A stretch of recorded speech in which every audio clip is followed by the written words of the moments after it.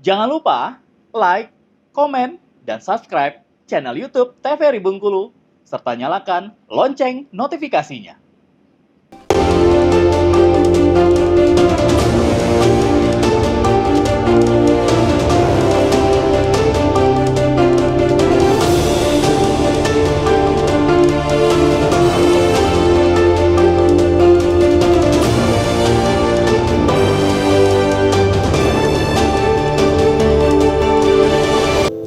Pemirsa, Anda masih bersama kami, tentunya kita kembali ya membahas seputar dengan bagaimana bahaya dari media sosial bagi para anak. Tadi dibahas ini seputar dengan bahwa sebenarnya orang tua ini perannya sangat penting sekali ya Ibu ya.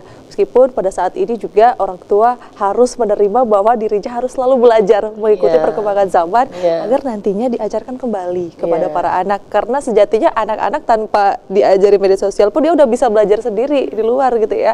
Dan tidak jarang Ibu, kalau saya lihat anak-anak zaman sekarang, ketika saya tanya kenapa kamu lebih aktif di media sosial daripada di kehidupan nyata, karena dia merasa di media sosial ini dia lebih diterima Bu.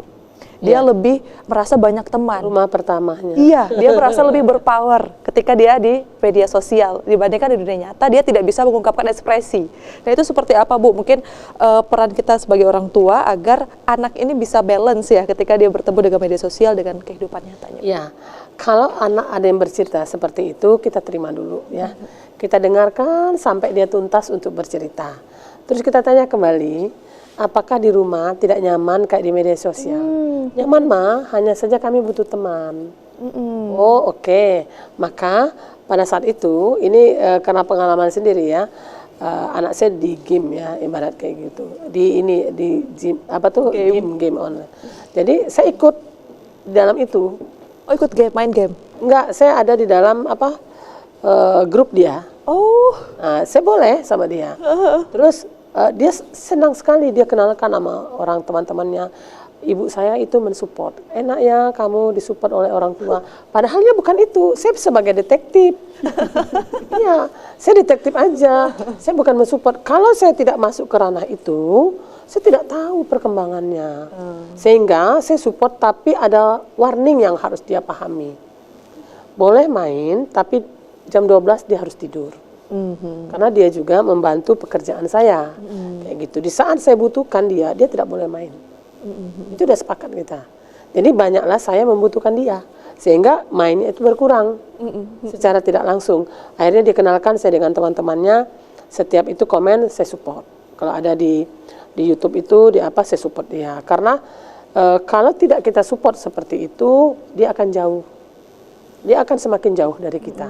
Makanya dia tidak masalah di media sosial, tapi ada aturan-aturan yang harus dipahami oleh dia. Dan aturan itu kita diskusikan. Betul. Kita diskusikan. Itu kalau anak sudah besar ya. Tapi bagaimana kalau anak yang kecil? Yang belum ngerti diskusi. Kalau anak yang kecil, kita yang harus punya komando. Ya. Filmnya apa, mainnya seperti apa, kita yang harus mengevaluasi terus ke dia. Sehingga figur-figur yang ada di dalam media sosial itu tergantikan dengan hadirnya kita setiap saat yang dia butuhkan. Jangan sampai nanti seharian kita kasihkan dia HP, hilang figurnya itu nanti.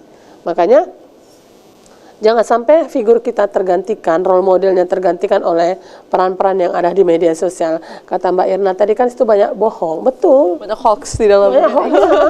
Iya. Bagaimana kita menyukai peran itu kan? Di samping ini anak ini kan tidak paham apa itu peran bagus atau tidak. Sedangkan dia babi ngorok aja dia tahu di dalam itu. Bagaimana kayak gitu kan dia tahu. Dia ingin menjadi peran seperti itu kadang. Jadi bisa menakuti orang tua dan sebagainya. Jadi anak-anak kita kan masih liar cara berpikirnya. Nah, kita sebagai orang tua harus mengembalikan lagi fungsi kita sebagai seorang ibu. Kita punya kewajiban sebagai ibu itu harus membantu anak-anak kita di saat dia lagi dalam kesulitan untuk menghadapi beradaptasi dengan lingkungan sosial, beradaptasi dengan media sosial, bagaimana dia ditolak oleh temannya, bagaimana dia belajar nilainya rendah. Nah, orang tua harus hadir di situ. Jangan pernah kita biarkan anak kita sendiri mengalami kesulitan sehingga anak itu hilang arah. Betul, betul. Jadi orang tua harus selalu ada, bahkan melebur. Ya. Jadi melebur ke bagaimana mungkin lingkungannya. Ya, melihat kita bagaimana. diskusi, selalu diskusi.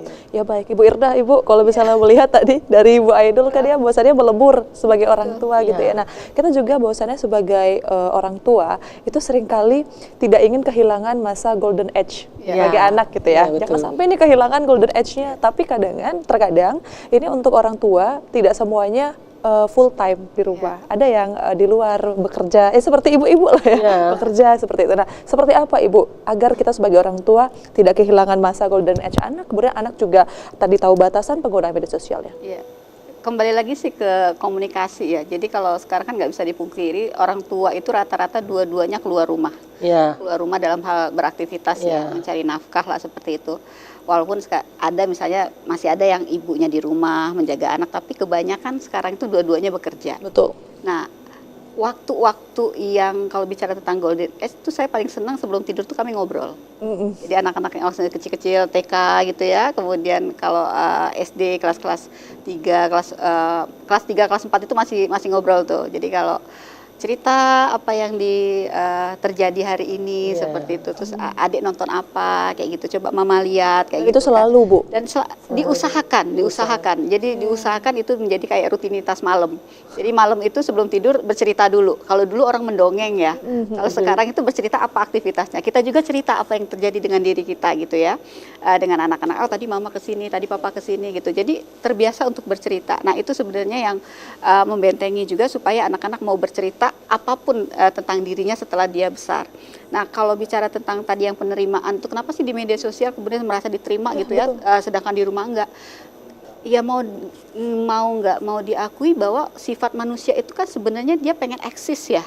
Jadi ketika existingnya itu nggak dihargai oleh orang yang di lingkungannya, maka dia akan mencari penghargaan ke orang lain gitu. Nah jadi ketika dia merasa gitu ya Ibu. betul, Ya. jadi kita ini kita jarang kemudian mengapresiasi hal kecil apapun.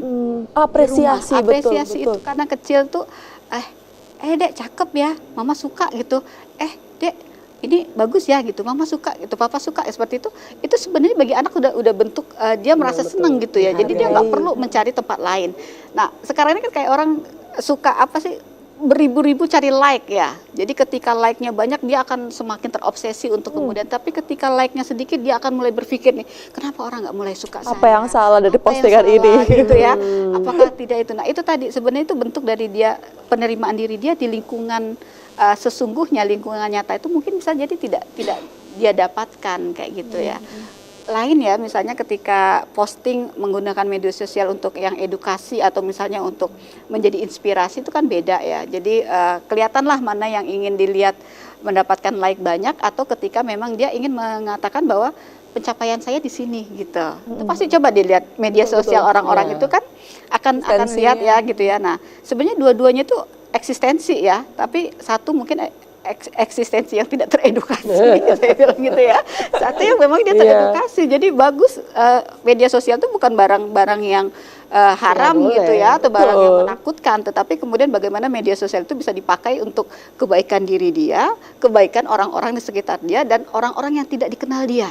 Betul. Karena media sosial ini, itu tadi saya bilang, jangkauannya sangat luas ya. Kalau interaksi yang selama ini sebelum media sosial itu muncul, ya kita akan tahu nih, oh si A, si B, si C gitu. Tapi kita nggak tahu apa yang kemudian terjadi dengan informasi diri kita, keberadaan diri kita di media sosial itu udah sampai kemana-mana tuh kita nggak tahu. Ya, Gitu. betul. Nah jadi satu sih sebenarnya yang kunci adalah mencoba untuk selain minta tolong, biasakan berterima kasih dan kasih jempol untuk anak kita gitu. Terima Jadi, kasih nak. bagus, apresiasi itu sangat Apresiasi. penting ya. Jadi hal apapun yang dilakukan oleh anak kita, sekecil apapun mesti diapresiasi karena itu capaian dia gitu. Ya, benar sekali Bu, saya sepakat juga mengenai apresiasi tadi ya Bu ya, bahwasanya ternyata media sosial sebenarnya memberikan fitur-fitur yang memberikan banyak hal yang diinginkan para anak, misalnya seperti fitur like, komentar tadi ya, atau juga bahkan media sosial di sini memberikan algoritma yang diinginkan oleh mereka. Mereka maunya apa dan media sosial menyajikan itu. Seperti yang anak-anak mungkin bilang media sosial yang paling paham saya gitu ya, karena mereka yang menyajikan itu ya. Maka kita bahas lebih banyak Ibu seputar dengan bagaimana perkembangan anak khususnya di Provinsi Bengkulu setelah ini. Tapi jangan kemana-mana, pemirsa, kita akan kembali setelah yang satu ini.